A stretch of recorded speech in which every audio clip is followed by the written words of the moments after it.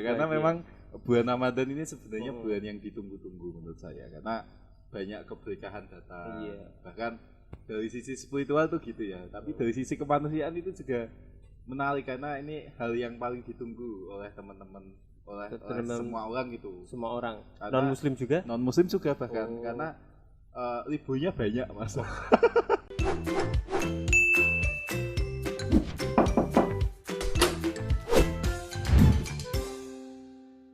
Halo Sobat Desa, selamat pagi, siang, sore, malam, tergantung kapan Anda menyaksikan video ini. Masih bersama saya, Mr. Dudani. Dan saya, Ahmad Arif Rahman. Masih di Sanggar Isine Direktur.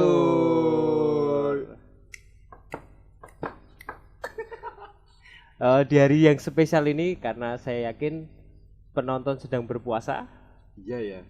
Jadi kita Sanggar Isine Direktur mengucapkan Selamat menunaikan ibadah puasa bagi yang menjalankan ya teman-teman ya. Iki mesti wis do muka urung yang ngene iki. Koyoke sih tergantung nontonnya mau, Mas. Iya. Tadi kan bilangnya selamat pagi, siang, iya malam, tergantung nontonnya kapan. Gitu. Moka. Tapi nonton gunku jenenge ya mokel. Nek gunku mokel iki nek siang-siang, Mas, mokel. Iya, maksudnya kuwi, siang-siang mangan mokel. Iya, nek pas maghrib pas itu buka puasa biasa. Buka padha. Jowo ngono gitu. Ya. Ini ngomong-ngomong soal puasa, kita akan bicara soal bagaimana sih tradisi-tradisi puasa yang ada di desa seperti itu. Iya. Menarik kayaknya. Soalnya di setiap desa mestinya beda sih. Beda. Bahkan di tetangga desa aja bisa beda. Kan ada istilah beda desa beda cara. Beda desa beda cara. Jadi kalau ini dari sebelum puasa, tradisi sebelum puasa, kalau di tempatku ada namanya megengan. Megengan apa itu megengan? Megengan. Apa ya? Megengan itu kayak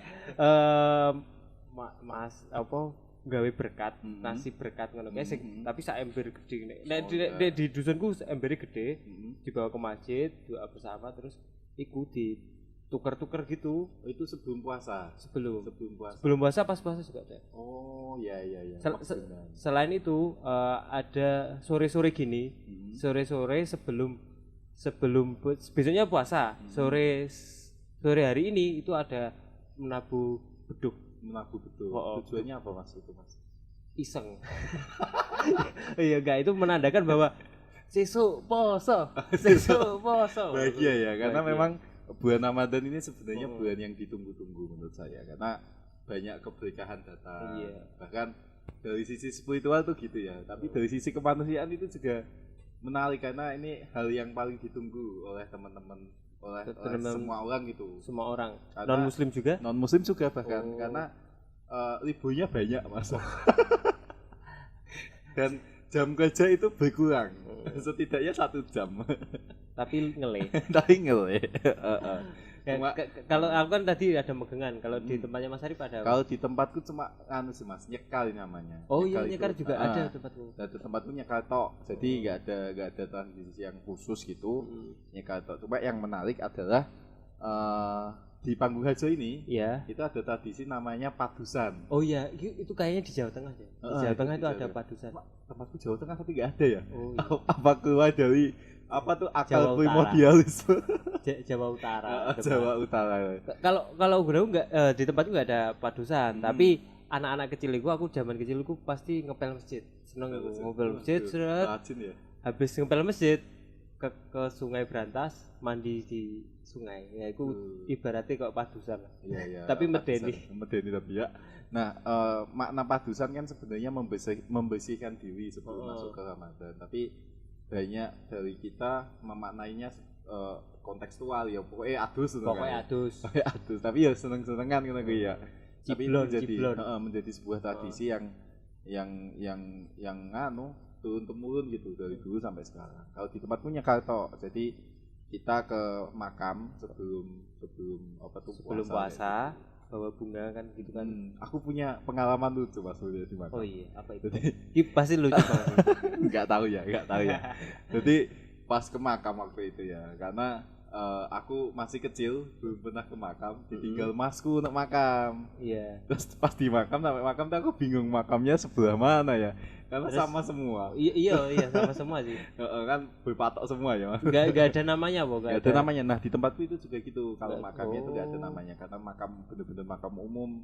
Kalau itu gak pernah diziarahi itu bisa digeser lagi kayak gitu. digusur. Kayak gitu kan. Jadi aku bingung banget di tengah-tengah makam kan medeni ya jadi. Sampai maghrib mas aku nangis jam kelas itu SMP kayak waktu itu. Ya wo isin. Tiba-tiba nyekal nangis toh. Lah masmu kemana waktu itu? Masku ninggal. Jadi waktu itu tinggal ngerti ini iseng ini mas aku seneng ngono kayak. Dari Padusan. Tempatku itu ya Jawa Tengah lah ya. Padusan. Sama nyekal itu kayaknya nyekal di semua tempat sih ya. Kayaknya juga ada nyadran tapi aku ora ngerti ngopo kuwi. Nyadran iki nganu nek di tempatku ada nyadran cuma itu setelah lebaran sih. Malah setelah lebaran. Mas setelah lebaran. Jadi aneh-aneh yo. Betul memang. Dan tapi nama-namanya itu nama-namanya kan beda-beda. Beda-beda. Beda desa beda cara. Besok beda basa malah. Gitu. Nah, itu tadi kan terkait sebelum puasa. Nah, pas puasa ini pas puasa ya. Apa tradisi sing unik sing ada desa gitu apa ya kira-kira? Pas puasa tapi ini jangan ditiru ya teman-teman ya. Jadi kalau di tempatku itu kalau kita sahur kan biasa bangunin orang. Oh iya gitu sama-sama. Ya. Jadi pakai betuk, galon, ompleng, sampai digawe masak sahur tapi malah digawe top-tokan gitu. Cuma ada yang menarik itu adalah bukan menarik sih, jahat ini sebetulnya. Jahat. Yaitu masang mercon di salah satu rumah orang. Dan karena kita anak kecil ya yang penuh dengan adrenalin, terus kemudian saat orang itu ngoyak kita atau mengejar kita, itu tuh malah justru menyenangkan. Serunya di sana. Dan besok lagi ke sana kayak gitu. Kalau punya aku kalau bangunin sahur sih aku dari dulu sih jadi pertanyaan ya. Biasanya itu teman-teman muter itu jam 2. Iya. Jam 2 tapi bilangnya sahur. Aku sing sahur jam 2 cah. Iya, betul. Tapi aku aneh, aku jarang ikut kayak gitu karena baikku serune ngopo sih ngono kuwi. Dan yo aneh wae jam 2 bangun orang yo pasti orang marah-marah.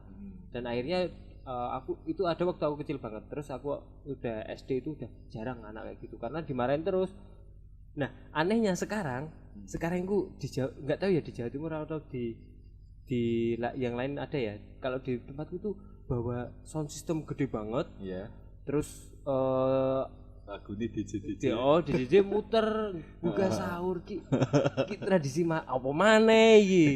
Iki cukup milenial ya karena bawa salon sekalian. Dan di belakangnya itu motor-motor ngikutin. Terus sambil yang dibonceng itu yang di belakang berdiri joget-joget.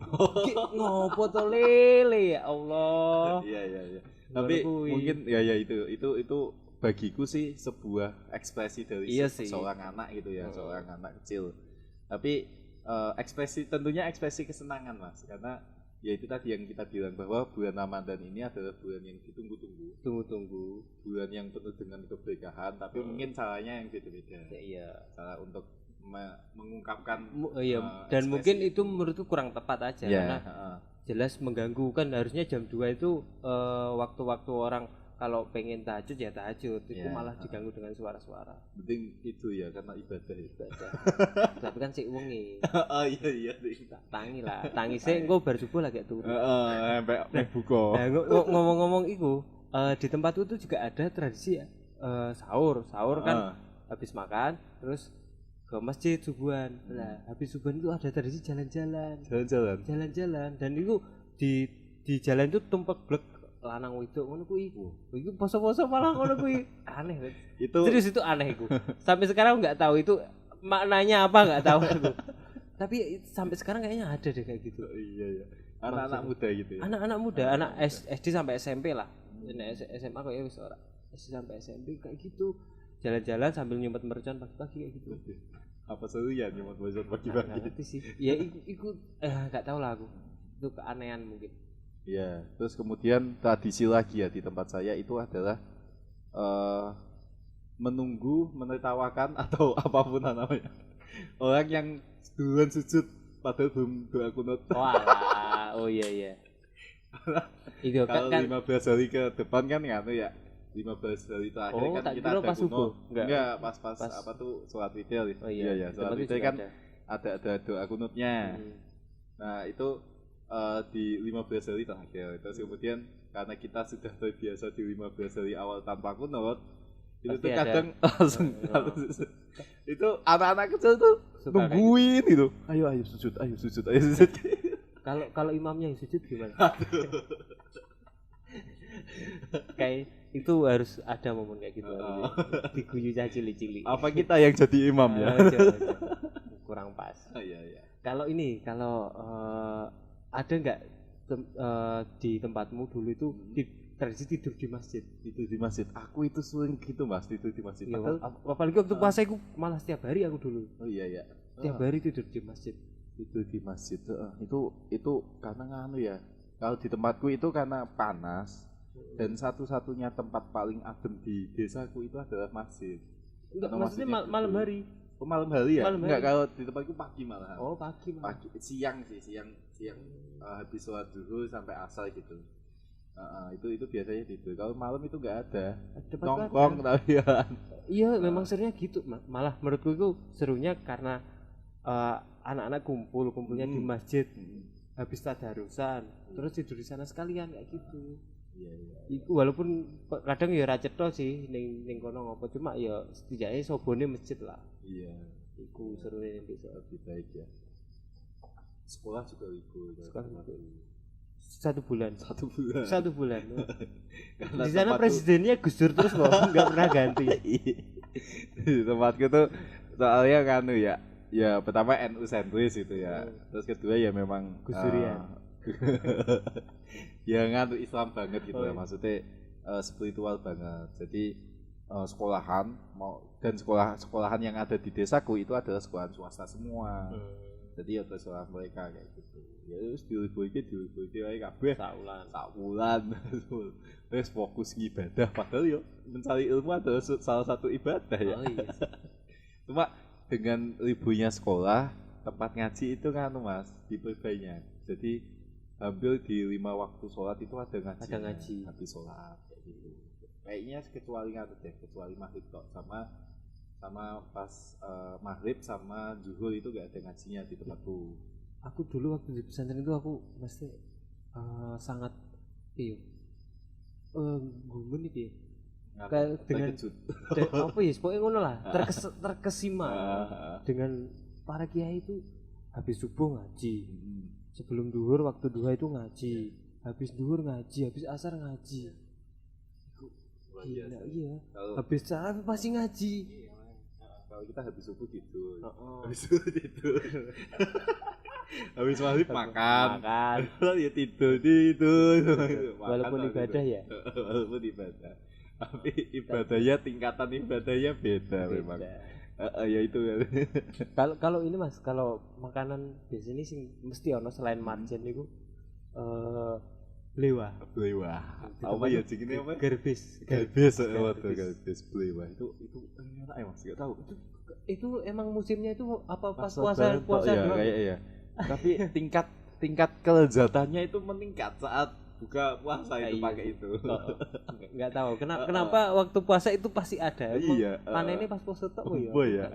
Jadi dipasno ngono ki petani-petaninya. Tapi emang banyak galbis gitu itu blewa. Jadi kangen ya Mas. Jadi kangen. Apa? Jadi gimana Mas?